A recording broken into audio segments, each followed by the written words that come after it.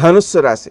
ఈ రాశి వారు తాము ఆచరించే కార్యక్రమాల్లో విజయాలు సాధిస్తారు. లక్ష్య సాధనాశక్తితో ప్రవర్తించగలుగుతారు. కానీ పనులలో ఆలస్యం చోటు చేసుకునే అవకాశం ఉంది. దానికి ఇతరుల యొక్క సహకారాన్ని తీసుకోవడం ద్వారా మీరు ఆ కార్యక్రమాలని సకాలంలో పూర్తి చేయగలుగుతారు. కానీ మీ మనసు మాత్రం సహకారం తీసుకోవడానికి ఎందుకో ఇష్టపడదు. ఆ ఇష్టపడని లక్షణము మీ కార్యక్రమాలను ఆలస్యం చేసే అవకాశం ఉంటుంది, నష్టపరిచే అవకాశం ఉంటుంది. కాబట్టి దాన్ని అధిగమించి అడిగైనా సరే సహకారాన్ని తీసుకుని సకాలంలో పనులు పూర్తి చేసుకోవాల్సిన ఆవశ్యకత ఉంది. మాట్లాడే తీరులో కొన్ని సందర్భాల్లో ఇతరులను శాసించినట్లుగాను, మరికొన్ని సందర్భాలలో ఇతరుల నుంచి సహకారాన్ని అర్థించే విధంగాను ఉంటుంది. అయితే ఈ అర్థించే విధానం అనేటువంటిది మీరు తగ్గినా కూడా ఇతరులకు ఆకర్షణ కలుగుతుంది. కాబట్టి వారి సహకారం ఎక్కువ పొందగలుగుతారు. అదే శాసించే రీతిలో చేసినందువలన తాత్కాలికంగా పనైనట్లు కనిపించినా వ్యక్తులు దూరం అయ్యే ప్రమాదం ఉంది. అందువలన ఈ వాంగ్ నియమం విషయంలో మీరు ఎక్కువ శ్రద్ధ చూపించాల్సిన ఆవశ్యకత ఉంది. అలాగే సకాలానికి ఆహారం తీసుకోకపోవడం ద్వారా కొన్ని అనారోగ్యాలు సంక్రమించే అవకాశం ఉంది.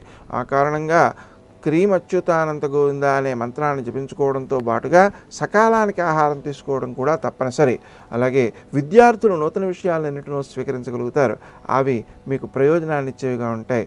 శ్రీ హయగ్రీవాయ నమః అనే మంత్రం చాలా బాగా ఉపకరిస్తూ ఉంటుంది.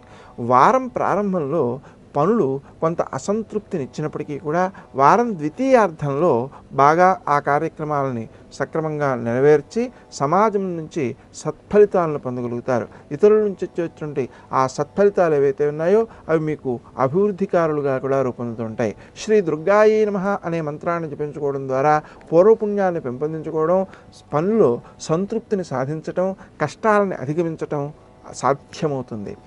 వృత్తి స్థానంలో మీరు చేసేటువంటి కృషికి కొంత ఆలస్యం చోటు చేసుకున్నా కూడా పై అధికారుల నుంచి మీకు ఉండేటువంటి ఏ గౌరవం అయితే ఉందో ఆ గౌరవం వలన ఆ లోపాలు సవరించబడతాయి. అంతే తప్ప పూర్తిగా కాలాన్ని వ్యర్థం చేయకుండా ఉండడం కోసం, వారి యొక్క ఆదరాలను ఇంకా పెంపొందించుకోవడం కోసం శ్రీ రాజమాతంగే నమః అనేటువంటి మంత్రాన్ని జపించుకోవడం మంచిది. అయితే ఆ వృత్తి స్థానంలో మీరు చేసేటువంటి పనులు ఏవైతే ఉన్నాయో అవి ఇతరులకు మేలు చేసేవిగాను, అభివృద్ధినిచ్చేవిగాను ఉంటాయి. కానీ మీకు మాత్రం కొంత కష్టాన్ని కలిగజేసేవిగా ఉంటాయి. వాటిని దృష్టిలో పెట్టుకుని వ్యవహరించండి. తాత్కాలికంగా కొంత కష్టాలు ఎదురైనా భవిష్యత్ కాలంలో ఈ చేసినటువంటి పనులు మీకు కూడా మేలు చేసేవిగా, గౌరవాన్ని పెంపొందించేవిగా, అభివృద్ధినిచ్చేవిగా కూడా ఉంటాయి. ముఖ్యంగా తీసుకోవాల్సిన జాగ్రత్త మీ ఆరోగ్య విషయంలో. కాబట్టి ఆరోగ్య విషయంలో కాలనియమాన్ని పాటించడము తప్పనిసరి.